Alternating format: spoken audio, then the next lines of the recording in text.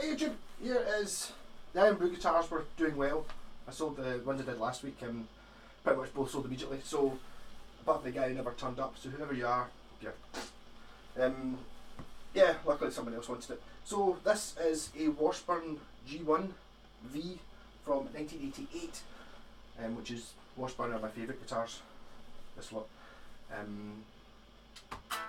So single pickup, not my usual 36 sound Strat or 28 sound Les Paul or whatever nonsense stuff. So you've got a pickup and a volume control, which is actually of a glass bottle Iron Brew. So if you want to make, if you get the glass bottle Iron Brew, it pretty much fits almost exactly over a Les Paul type knob. So a volume, that's it. I painted the pickup surround blue. That is the original Washburn pickup, which is, it's not a power sustain. I can't remember what it was they were called, what they called them in the early 80s, in the late 80s. It's got a name with the two adjustment screws, which I like, so you can tilt the angle. But it's a good pickup for this guitar. It had what was called a Bendmaster tremolo. I don't know if you remember these. BC Rich used to have them. It's the idea of sort of being like a Floyd Rose, but the material that this bass block is made of has turned to powder, some sort of pop metal. I tried super glue to make it, and it's just not worth it. So what I did was, I did the same as what I did with the cheap guitar. I put a metal plate on the front of the guitar, held in with four big massive wood screws, and then this is a hardtail bridge that is actually bolted on with bolts onto that metal plate. Yeah, with bolts. You can see I've not yet built this. I've got one that's very nearly fits that I'll make fit. And so the strings will just go straight through this metal plate, which gives a very good, solid, sustainy super bridge system. There's arguments for it as well. If you've only got one pickup, there's more wood here to transmit vibrations. Don't know how true that is. Also, there's no other magnets pulling on the strings. Don't know how true that is. But I like one pickup guitars. It really makes you work with what you've got, rather than spending lots of time switching between your 36 sounds on your Strat. You've just got one, and you end up using the volume control a lot because it makes a big difference. As we played through my wee laney there with a fake rat pedal on the floor.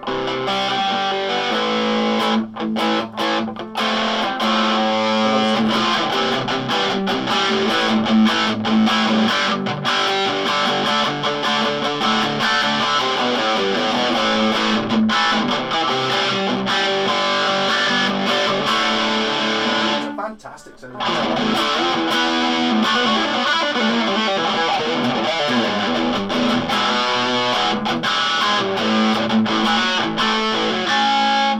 also like the idea of turning up with in a band with a one pickup guitar and just going, I play lead. No chords, no, just lead.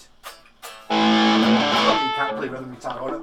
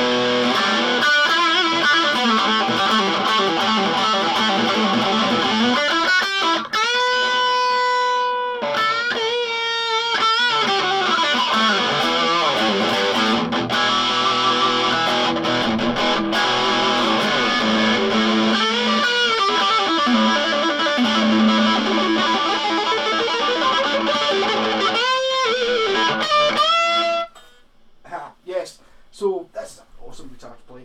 I'm not really that disappointed if I end up having to keep this one. I said before, the only reason I'm not keeping it is because it doesn't fall into the Japanese category. It fits just outside. So 1988, Washburn G1v, even though V stands for vibrato, and it doesn't actually have a vibrato anymore, it's now hardtail. But again, see this system of sticking the metal plate on, it seems to be a really good thing. I don't know really how to explain it. Maybe having a metal plate increases the mass of the bridge. I really don't understand, but it seems to work really well. And this guitar, it loves going.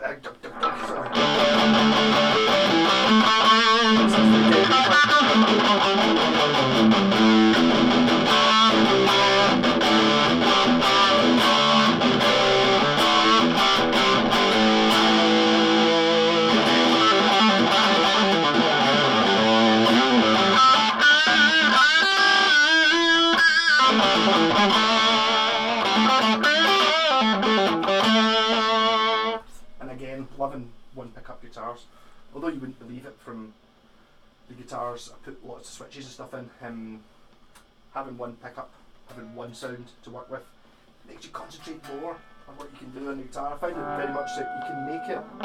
There's so much variation you can make on the way you play. However hard you hit the strings, and where you hit them.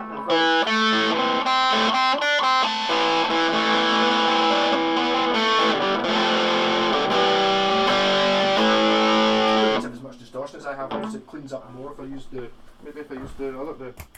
tube master.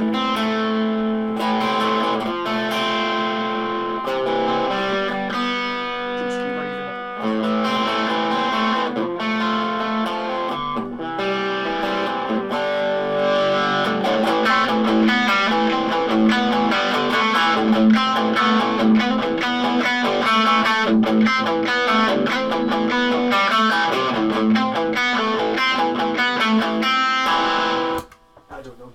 something makes me play.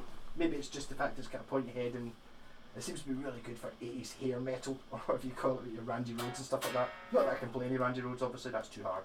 But so I ended up talking for 10 minutes again. Rock and roll!